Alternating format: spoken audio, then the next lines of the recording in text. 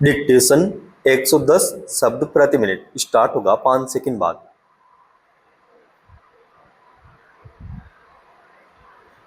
Start. राष्ट्रीय राजधानी दिल्ली के जंतर मंतर समेत देश भर में विद्यार्थियों के सड़क पर आवाज बुलंद करने के बाद हरकत में आई सरकार की ओर से प्रवेश एवं प्रतियोगी परीक्षा प्रणाली में सुधार के लिए लाए गए लोक परीक्षा संशोधन विधेयक 2026 को बुधवार को लोकसभा की मंजूरी मिल गई। उम्मीद की जा रही थी कि विद्यार्थियों के आंदोलन से निकले इस विधेयक की अहमियत के मद्देनजर संसद में इस पर व्यापक और सार्थक चर्चा होगी, इसकी कमियों पर विचार होगा और नए सुझाव सामने आएंगे जिनके आधार पर एक सशक्त कानून बनाया जाएगा। मगर इसे विडंबना ही कहा जाएगा कि चर्चा का यह दौर भी हंगामे की भेंट चढ़ गया, जिसने कई सवाल खड़े कर दिए हैं। विपक्ष का आरोप है कि उसे बोलने नहीं दिया गया, वहीं सत्ता पक्ष का कहना है कि विपक्षी नेताओं ने विधेयक पर चर्चा को केंद्र में नहीं रखा। विपक्ष सड़क से लेकर संसद तक विद्यार्थियों पर प्रदर्शन के दौरान बल प्रयोग का मुद्दा लगातार उठाता रहा है।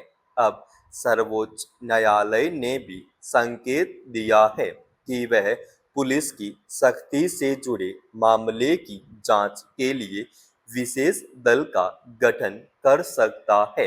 काकरोच जनता पार्टी के आह्वान पर शुरू हुआ विद्यार्थियों का आंदोलन तत्कालीन केंद्रीय शिक्षा मंत्री धर्मेंद्र प्रधान के इस्तीफे और सरकार की ओर से परीक्षा प्रणाली में सुधार के आश्वासन के बाद ही समाप्त हुआ था। लोक परीक्षा अनुचित साधन निवारण संशोधन विधेयक इन्हीं सुधारों की एक महत्वपूर्ण कड़ी है। माना जा रहा था कि इस विधेयक में अगर कोई कमी रह गई होगी तो संसद में व्यापक चर्चा के दौरान पेश किए जाने वाले सुझावों के माध्यम से इसे दूर किया जा सकता है। मगर चर्चा के दौरान लोकसभा में जिस तरह का माहौल देखा गया, उससे यह विश्वास करना मुश्किल है कि शिक्षा प्रणाली में सुधार के लिए वास्तव में सख्त एवं सक्षम कानून बनाने के गंभीर प्रयास हुए हों। विपक्ष की ओर से सवाल उठना स्वाभाविक है, लेकिन यह सत्ता पक्ष का दायित्व है कि वह आशंकाओं का निवारण करे और चर्चा को सही दिशा में ले जाए। अगर संसद में बिना सार्थक चर्चा के ही किसी विधेयक को पारित कर दिया जाए, तो जाहिर है कि उस पर भविष्य में भी सवाल उठते रहेंगे। दूसरी ओर विद्यार्थियों के प्रदर्शन के दौरान उन पर बल प्रयोग का मुद्दा भी अहम है। यह प्रश्न शुरू से उठता रहा है कि क्या सुरक्षा बलों के लिए यही एक अंतिम विकल्प था। अगर विद्यार्थियों के संसद मार्च से पहले ही सरकार ने संवाद के जरिए उन्हें भरोसे में लेने की कोशिश की होती, तो संभवतः इस स्थिति को टाला जा सकता था। सवाल प्रदर्शन के दौरान पेलेट गन और AK-47 राइफल से गोलियां चलाने को लेकर भी उठा है। खबरों के मुताबिक दिल्ली पुलिस के एक अधिकारी के कहने पर त्वरित कार्रवाई बल ने पैकेट गन समेत कई कम घातक हथियारों का इस्तेमाल किया था।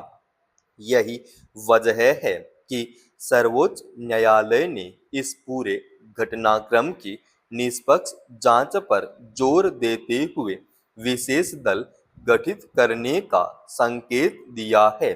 साथ ही अदालत ने 18 वर्ष से कम आयु के उन लोगों को रिहा करने का निर्देश दिया है जिनका कोई आपराधिक इतिहास नहीं है।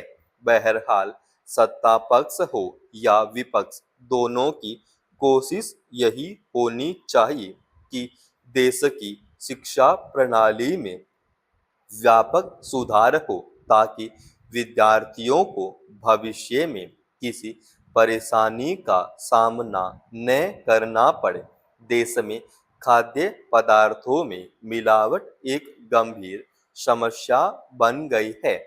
इससे न केवल शुद्ध एवं गुणवत्तापूर्ण वस्तुओं का संकट पैदा हो गया है, बल्कि इसकी वजह से लोग कई तरह की स्वास्थ्य संबंधी जटिलताओं से भी जूझ रहे हैं।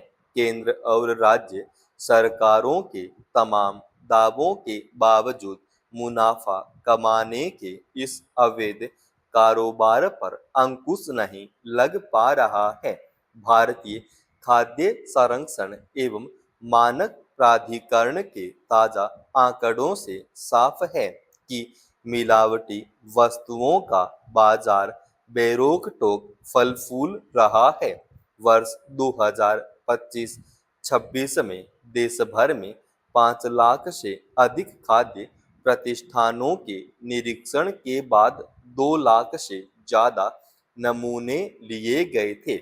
इनमें से 40,000 नमूने गैर मानक पाए गए, जिनमें सबसे ज्यादा 20,000 नमूने उत्तर प्रदेश के थे।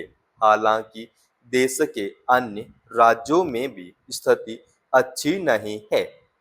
यह अक्सर देखा गया है कि गुणवत्ता जांचने के लिए जब भी खाद्य पदार्थों के नमूने लिए जाते हैं तो उनमें से ज्यादातर में मिलावट पाई जाती है। आखिर क्या वजह है कि कानूनी प्रावधानों के बावजूद खाद्य पदार्थों में मिलावट के अवैध धंधे का जाल फैलता जा रहा है? सवाल है कि जिस सरकारी महकमे पर खाद्य पदार्थों की नियमित जांच और दोषियों के खिलाफ कड़ी कार्रवाई को अमल में लाने की जिम्मेदारी है, क्या वह अपना दायित्व ठीक से निभा रहा है या नहीं? जो मामले दर्ज होते हैं उनमें भी दोषियों को सजा मिलने की दर अगर बेहद कम रहती है तो यह किसी लापरवाही है। जाहिर है कि संबंधित महकमे के कर्मियों की साठगांठ की वजह से ही अक्सर मिलावट करने वाले बच निकलते हैं। यही कारण है कि इस अवैध कारोबार में संलिप्त लोगों को कानून का कोई खौफ नहीं रह गया है। ऐसे में सरकार को चाहिए कि खाद्य पदार्थों की निगरानी और जांच का जिम्मा संभालने वाले अधिकारियों की जवाबदेही तय की जाए और मिलावटखोरों को संरक्षण देने वालों के खिलाफ भी कड़ी कार्रवाई अमल में लाई जाए। इसके अलावा आम लोगों को भी मिलावटी पदार्थों के प्रति व्यापक स्तर पर जागरूक किए जाने की जरूरत है। समाप्त। दोस्तों, रोजाना ऐसे ही एडवांस डिक्टेशन के लिए चैनल को आप अभी सब्सक्राइब कीजिएगा और आज के इस डिक्टेशन का पीडीएफ फाइल हमने हमारे Telegram channel study with HP form पर डाल दिया है, जिसका लिंक इसी वीडियो के डिस्क्रिप्शन में डाल रखा है।